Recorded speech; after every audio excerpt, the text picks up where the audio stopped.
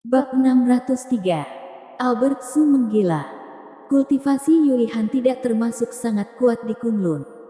Namun untuk menakuti manusia biasa, itu sudah sangat cukup. Ini adalah sebuah tekanan yang mengerikan. Semua orang ketakutan hingga bergetar. Mereka tidak bernai sembarangan bergerak. Albert Su segera mengangkat Agus Yu dari lantai. Lalu tersenyum dingin dan berkata, "Tunggu apa lagi? Aku minta kamu panggil Louis Lu datang. Karena kamu ini sudah tua.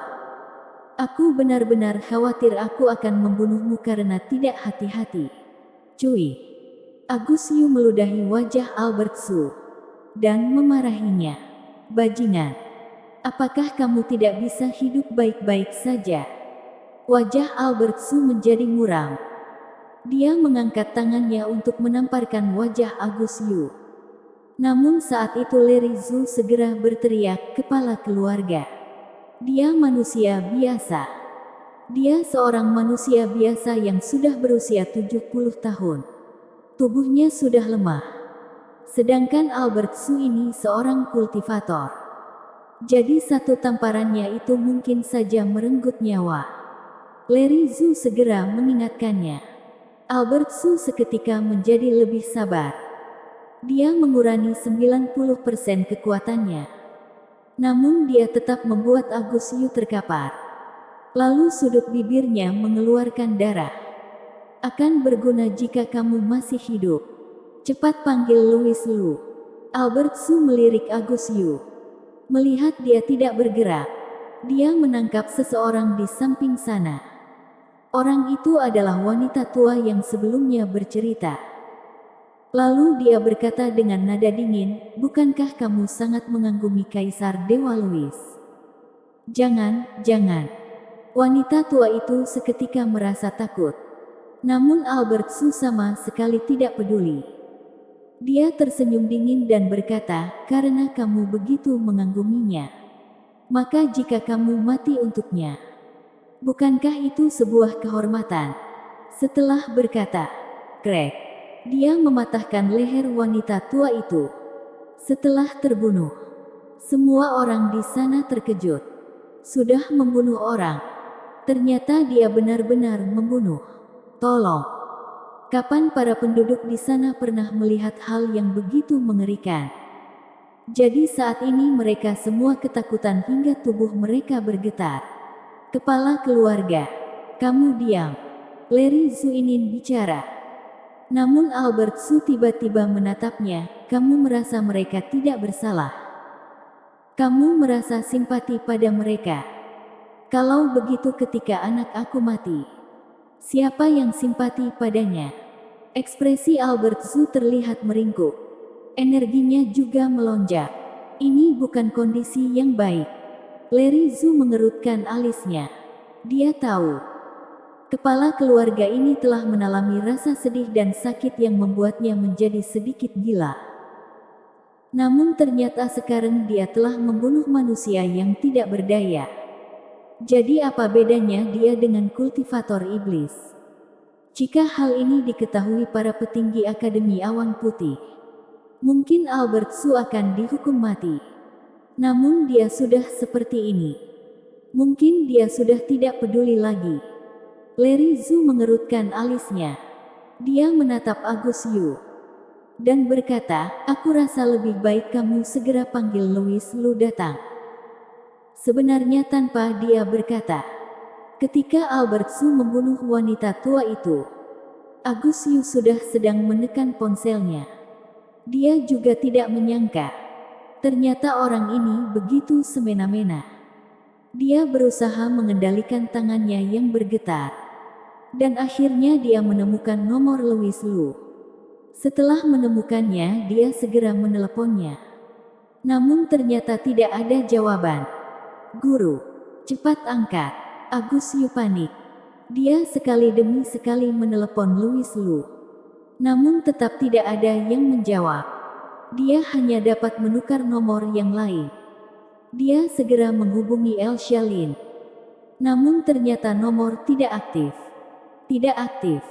Agus Yu seketika merasa tidak berdaya. Kenapa membuang-buang waktu? Albert Su memberikan tatapan yang dingin. Dan tatapannya memunculkan niat membunuh. Tubuh Agus Yu tersentak. Dia tahu kemungkinan orang ini akan membunuh orang lagi. Namun panggilan tidak terhubung. Apa yang bisa dia lakukan?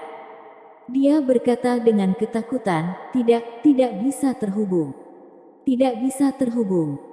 Berarti dia tidak peduli dengan nyawa kalian. Telepon lagi. Telepon hingga terhubung. Albert Su mengerahkan energinya. Lalu menangkap satu orang lain. Saat ini Larry Zhu tidak tahan lagi. Dia berkata, kepala keluarga.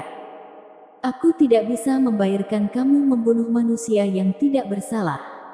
Kamu ingin menghadang aku. Yang membunuh Pangeran Hendra adalah Louis Lu. Tidak ada hubungannya dengan orang-orang ini. Kepala keluarga. Sadarlah. Larry Zhu membujuk. Sekarang aku sangat sadar. Jadi cepat menyingkir. Albert Zhu berteriak. Namun akhirnya anggota keluarga Zhu yang lainnya juga segera membujuk kepala keluarga. Apa bedanya kondisi kamu sekarang dengan kultivator iblis? Ketika dia datang ke klinik Xinglin bersama Albert Zhu, mereka berpikir hanya ingin mencari Louis Lu. Sama sekali tidak berpikir akan terjadi hal seperti ini. Melihat Albert Zhu kehilangan akal sehat, Larry Zhu berkata, kepala keluarga sudah kerasukan iblis. Kalian sudah tahu harus berbuat apa? Tahu. Beberapa orang mengangguk. Tatapan mereka menjadi dingin. Kemudian bersiap menahan Albert Zhu. Sehingga dia tidak membunuh lagi. Albert Zhu saat ini terlihat menggila. Dia tersenyum dan berkata, haha. Bagus. Kalian para pengkhianat keluarga Zhu.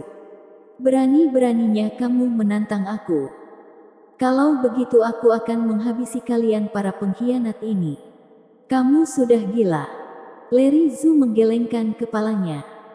Kemudian memberikan isyarat mata kepada murid keluarga Zhu di sisinya. Selanjutnya, tubuhnya melesat. Mereka secara bersamaan menyerang Albert Zhu. Menyingkir. Larry Zhu berteriak. Dia mengingatkan para manusia tidak bersalah yang ada di sekitar klinik Xinglin. Para masyarakat ini sebelumnya terkejut. Jadi tidak berani bergerak. Saat ini ketika Larry Zhu akan mengendalikan Albert Zhu, mereka segera memanfaatkan kesempatan ini untuk pergi. Albert Zhu berteriak, sial. Kalian para pengkhianat. Aku akan membunuh kalian. Duang.